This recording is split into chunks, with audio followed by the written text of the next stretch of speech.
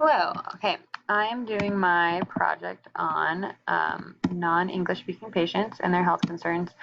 Um, this population is pretty unique just because there are so many varying characteristics, different levels of English proficiency, different cultures because they come from so many different backgrounds and countries.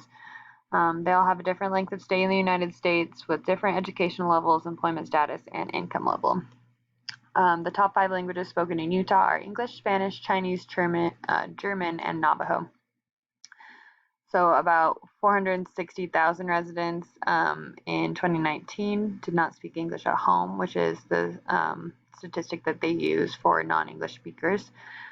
Utah is one of the 10 states with the largest percent increase, so a 383% increase in the last 70 years. We're ranked 13th in the country for the most Spanish-speaking residents, and 1 in 7 Utah residents do not speak English at home, and then 1/3 of those speak English less than very well. And then in all of the United States, there's 67.3 million U.S. residents that speak a different language at home internationally. The social determinant of health that I picked was healthcare access and quality, because this population really struggles in getting timely and high quality healthcare services due to a variety of factors.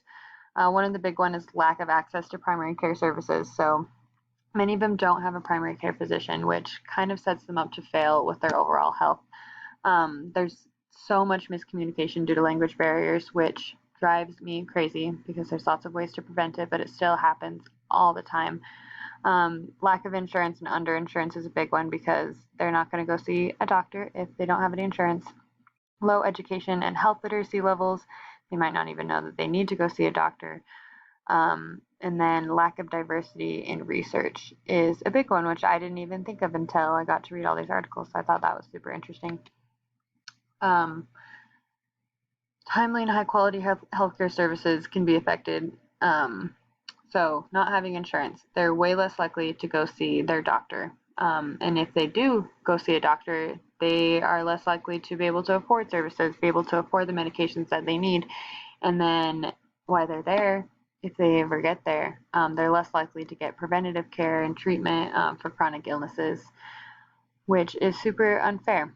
And a lot of this can be due to poor communication and language barriers. So, if I have a Spanish speaking patient and I don't know any Spanish and I don't use an interpreter, or even if I do use an interpreter, the education that I provide is less effective and the follow up care is less effective, which ends up in lots of rehospitalization, more emergency care uses. Like I said earlier, there's less statistics for them in studies and research, which makes it so they have worse healthcare quality and outcomes. Um, so the root causes to all of this, I thought this was super interesting, just seeing what the real problem is on why they don't get equitable care. So lack of access to primary care services, not having insurance, they're not going to go see a doctor. But why don't they have insurance? So you get insurance by um, going to work, having a job, but then also there's a lot of lack of availability and translation. So the healthcare system is already super complex and confusing to me, and I speak English and I work in healthcare and I have a lot of education. So how confusing would it be for someone that doesn't speak any English, is in a whole new country, whole new healthcare system? Of course they don't have insurance. It's super confusing if they don't have someone there to interpret for them.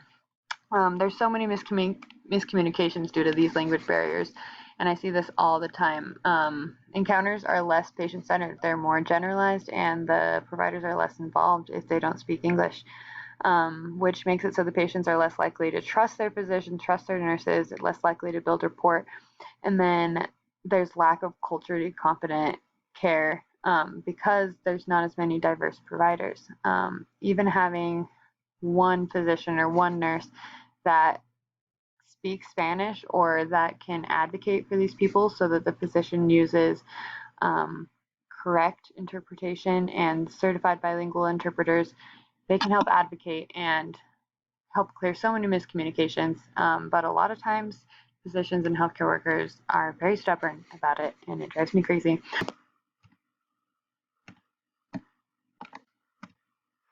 So lack of diversity in research is a problem that's often not talked about, but equal care cannot be given to this vulnerable population if they're not a part of statistics and they're not a part of the studies that are used to provide care for them. So that could be a root of the problem as well. So limited English proficient individuals are excluded a lot from studies because they have maybe limited understanding of the healthcare system due to immigration, language barriers, fear of discrimination. So they're not going to be a part of those research projects, and then their statistics won't be applied in research. For Maslow's hierarchy of needs, I felt like physiological, most of those are met if they're in the United States, breathing, food, water, but safety, which is the second level, a lot of times is unmet. Without speaking English, it's hard to get a job, which means it's hard to get insurance, it's hard to get housing, it's hard to find resources, and it's hard to get healthcare if you do not speak English, which really inhibits their functional level. So they're not able to go to the other levels to receive esteem, self-actualization if they are still worried about their health and where they're going to live, and if they are going to have a job to provide for their family. This leads to poor healthcare outcomes. So examples like poor medication adherence, lack of treatment for illnesses. If they're worried about getting a job, they're not going to be worried about their blood pressure. If they are worried about their child's health, they're not going to be worried about going and getting their insulin. So communicable diseases that I thought applied to this population, because often they're new in the United States, they're coming from a variety of different locations. They're often lacking in education and income, so tuberculosis, syphilis, gonorrhea, lots of preventable communicable diseases are common in this type of population that is moving to the United States, but they are preventable. There are vaccines for a lot of these diseases, and this can be prevented by mandatory healthcare screenings before entering the United States. So if they do come in here, come to the United States legally, they do have to do mandatory healthcare screenings, but some do not, and then they miss that step, which can spread these communicable diseases to others that have not received vaccinations or education on what they are. So that's another big thing, is resources and education in their primary language so they can understand what is happening. For non-communicable diseases and infections, the ones that I found, these are just the most common in the United States anyways, even if you do speak English. So cardiovascular disease, cancer, type 2 diabetes, chronic respiratory diseases, obesity, hypertension, all of them. We love them. But, oops, sorry, I keep having technical difficulties. But for us, we do have, usually if we are English speaking and we have insurance and a primary care physician, we get annual blood pressure checks, and we get prevention screenings like cancer screenings and colorectal screenings and hypertension screenings.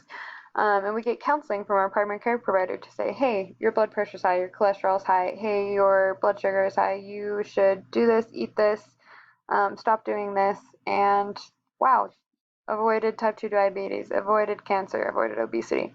But these non-English speakers, they're never getting those annual blood pressure checks. They're not getting the counseling. And so we need to be able to provide culturally appropriate education about nutrition and physical activity for those that are not going to get to the point where they see a primary care physician. Let's see if my slide will go. Okay. So self-care or self-harm.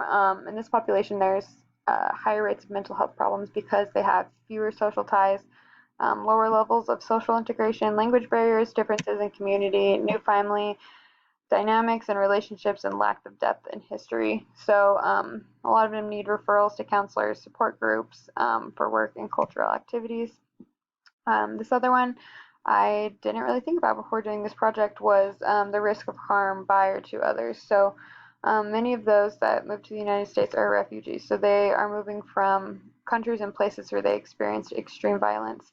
They're leaving situations of torture, sexual violence, homicide. So it's common for them to have mental health problems like depression, emotional distress, suicidality, physical problems like injuries from those happenings, arthritis, coronary heart disease from the stress. And then a lot of the women experience sexual health problems like STIs, vaginal bleeding, UTIs, miscarriages, preterm deliveries, which is so hard and so sad. Um, but when they do come to the United States, the CDC had all this really cool information of what happens when they come.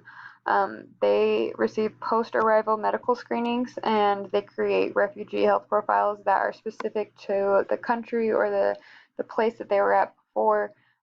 So they can really look for, oh, this was common for people who came here. Let's look for this and test for this. So I thought that was super, super cool. And they also provide culturally important health information. So, for example, if someone comes to the United States and they're a refugee and they don't speak any English and they don't know how to read in their own language, they have like pictures of describing the flu and of vaccines and where to go. So I thought that was super cool, and we need more of that. These are my references. I read lots of really cool and interesting articles on this, and I think I learned a lot, and I hope that you did too.